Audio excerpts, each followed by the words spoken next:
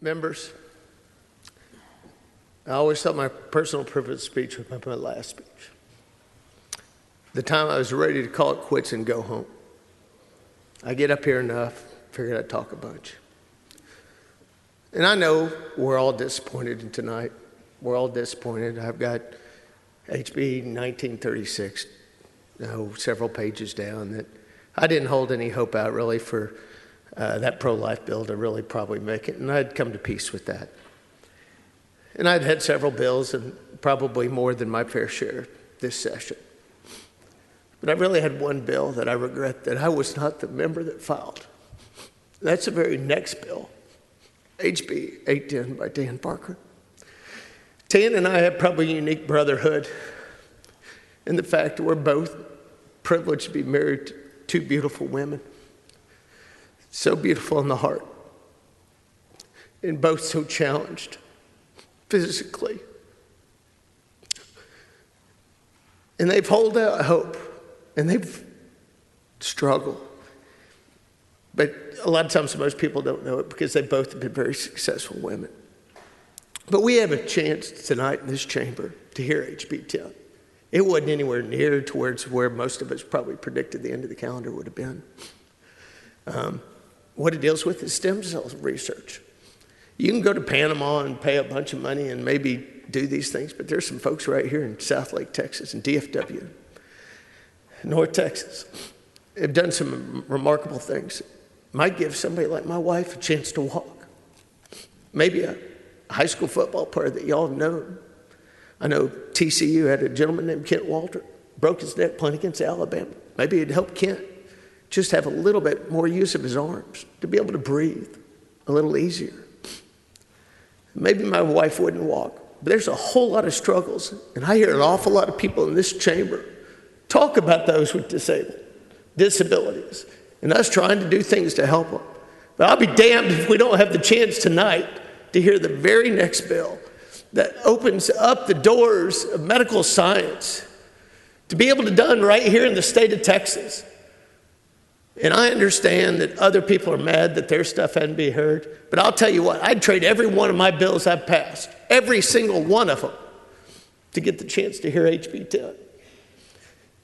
Because I pray to God every time I go to Mass, every time I close my eyes, that one day my wife, and not for my sake, but for her sake, I have the chance to have that opportunity again, to be able to walk, to be able to come down.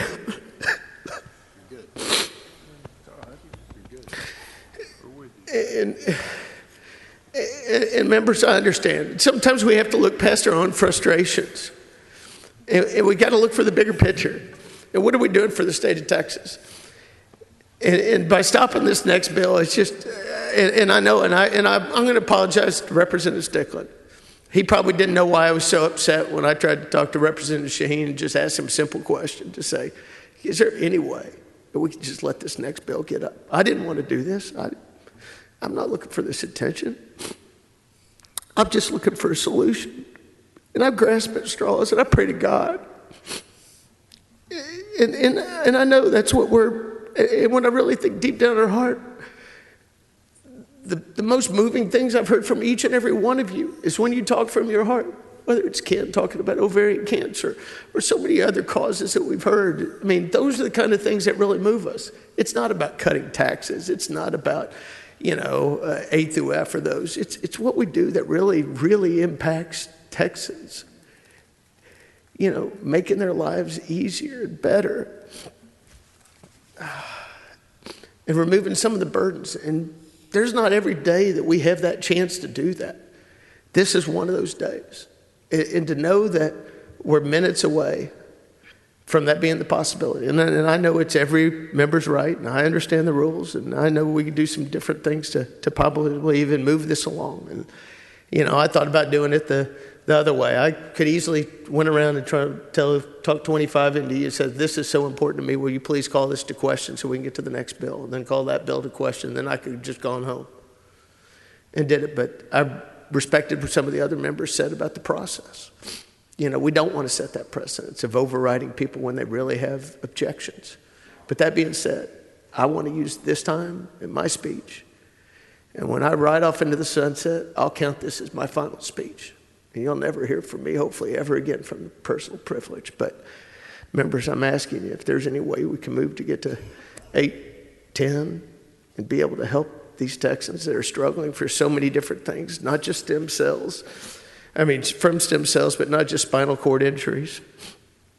I mean, MS and so many other different things. This is so promising. And Dr. Bonin knows so much about this science, and Tan. And I know Doc Anderson was in the deal and heard the magnificent thing these people are doing and the opportunities we have to give to Texans. And it's right in front of us. And to know that the apple is so close and I can't grab it just... So members, please, if you can find it in your heart, I would appreciate it if we could move a little bit forward tonight. Thank you.